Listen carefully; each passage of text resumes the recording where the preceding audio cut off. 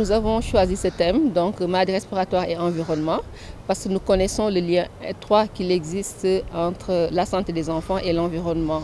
Selon l'Organisme mondial de la santé, près de 7 millions, je dirais 6,7 millions de personnes décèdent prématurément du fait donc de ces difficultés liées à l'environnement.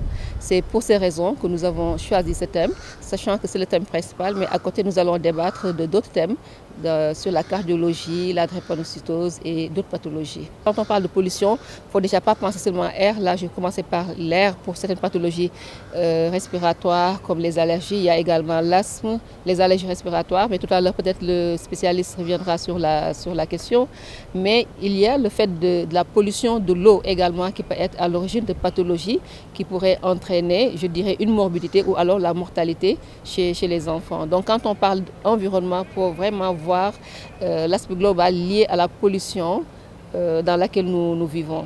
Quels sont les autres facteurs qui sont associés en dehors de leur vulnérabilité anatomique, mais également de leur vulnérabilité immunologique? C'est l'exposition continue et durable à ces facteurs pour entraîner certaines maladies telles que l'asthme. Donc l'asthme, vous savez que de plus en plus, elle est très fréquente, aussi bien au niveau de l'hôpital Diamniadio qu'également à l'hôpital d'enfants Albert Royer. Nous avons beaucoup de cas d'asthme, nous avons beaucoup de maladies respiratoires telles que les rhinites allergiques, et aussi nous avons beaucoup de cas de bronchite, et aussi cette pollution peut causer des infections, que ce soit les infections respiratoires, que ce soit les pneumonies. Et d'autres maladies telles que les bronchites chroniques peuvent être liées à cette pollution. En plus de ça, comme l'a déjà dit le professeur Ndeyraman, peut avoir un impact sur la croissance du fœtus à l'intérieur du ventre du bébé qui peut naître avec un faible poids.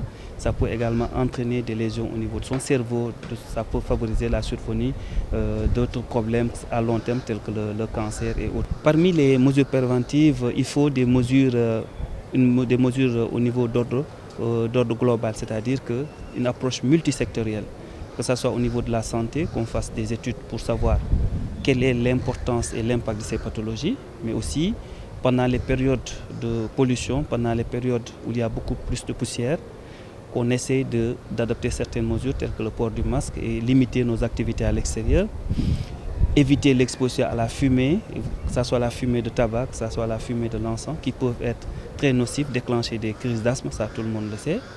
Et comme autre mesure aussi, c'est surtout au niveau individuel, il faut que chacun se sente concerné, parce que l'environnement, c'est vous, c'est moi, c'est tout le monde. Donc on limite les pollutions liées à le fait de brûler les ordures, le fait de ne pas allumer sa voiture de façon continuelle, ne pas changer comme on appelle son feu d'échappement. Donc tout ça, contrôler la pollution que la personne entraîne, tout ça c'est important. Et ensuite aussi qu'on fasse une éducation, n'est-ce pas?